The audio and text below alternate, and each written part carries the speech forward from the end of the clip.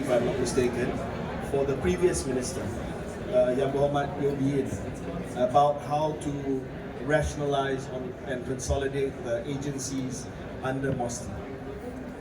There was, I remember, for instance, when it comes to funding, there were three different major agencies. There was Cradle, there was Malaysian Debt Ventures, there was MAVCAP, each with different mandates, not similar, granted.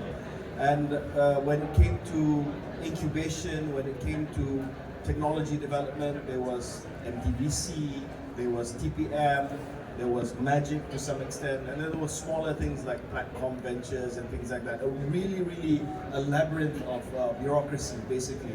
And when you have a labyrinth of bureaucracy, especially in government, governments are, I'm sorry to say, there are a lot of government officers here today, governments tend to love silos. Maknanya dia suka tembok lah. Dia suka tembok, okay, this is my.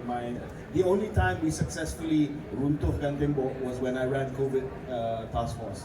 Because I just took a sledgehammer and whacked all the walls, and we were able to do it because we were in a crisis, pandemic, we had to get out of it. But in peacetime, you're going to have these silos. So I tried my best to try to rationalize as many of these agencies as possible. So the one that I got to do in 1.5 years that I was at MOSTI was the host of our program today, which is Meranti. Meranti essentially amalgamated Magic and Technology Park Malaysia. Basically, in my mind, it was combining the hardware of a technology and innovation and science park with the software of Magic's accelerator program, Magic's handholding of startups, global accelerator program, to make sure that you had both the software and also the hardware of having a physical space. The other thing that I wanted to do was to also rationalize the technology acceleration part of MOSTI, which is exactly what you mentioned just now, Valley of Death, tak boleh nak scale up and all those sorts of things. And that's why I tried to shortcut it, because nak consolidate agency ni susah.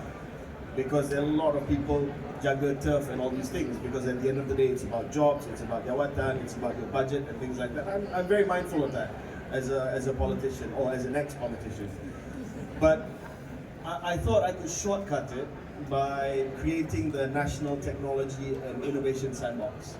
So we came up with that idea together with Zulira at that point at Magic. So we brought it to the National Economic Council. So we said, can we shortcut this process by creating this NTIS, slightly different from the sandbox that Bank Negara runs, for instance, because this is more based on technology and companies based on technology rather than fintech.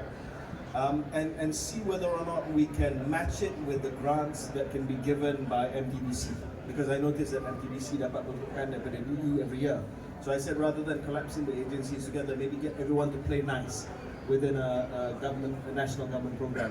And then I was explaining to Dr. Rais and Professor just now, we had the impetus to do it then because it was COVID. So we thought the world was going to end. And we thought that we would be locked up forever.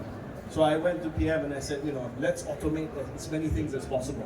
We can't rely on foreign workers anymore. Let's get drones into the palm oil estates. Let's back companies that can automate agriculture, that can automate manufacturing, that can automate every single thing that we can think of.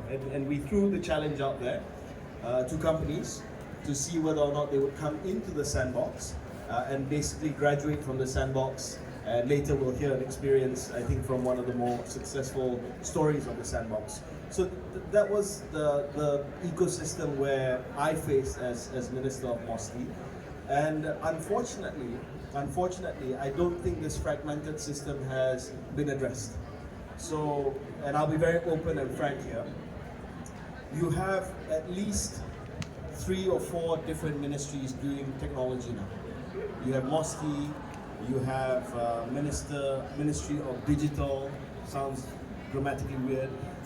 You have Ministry of Communications, and yes, they all do work together, but when it's under different ministers and ministries, it becomes very difficult. And it's a scattergun approach. It's not a single punch that you are trying to achieve. Many different people looking after many different things. MOSTI, I found, and this is an honest reflection from me, is at most an afterthought for many, many big decisions that are made by government. I mean, when I was there, I was forceful in a sense that I put myself in the conversation. If you don't have people or ministers who are forceful enough to put MOSTI in the conversation, then it doesn't really happen. It doesn't really happen. It's seen as a ministry that is not integral to the future economic development of the country. That's why we came up with Science, Technology, Innovation and Economic Development, STIE. We tagged along economic development because we said, you know, if you're going to see the economic growth of this country being powered by technology and innovation, these people, MOSTI, and this ecosystem must be part of the conversation. Kalau tak part of the conversation, then forget it.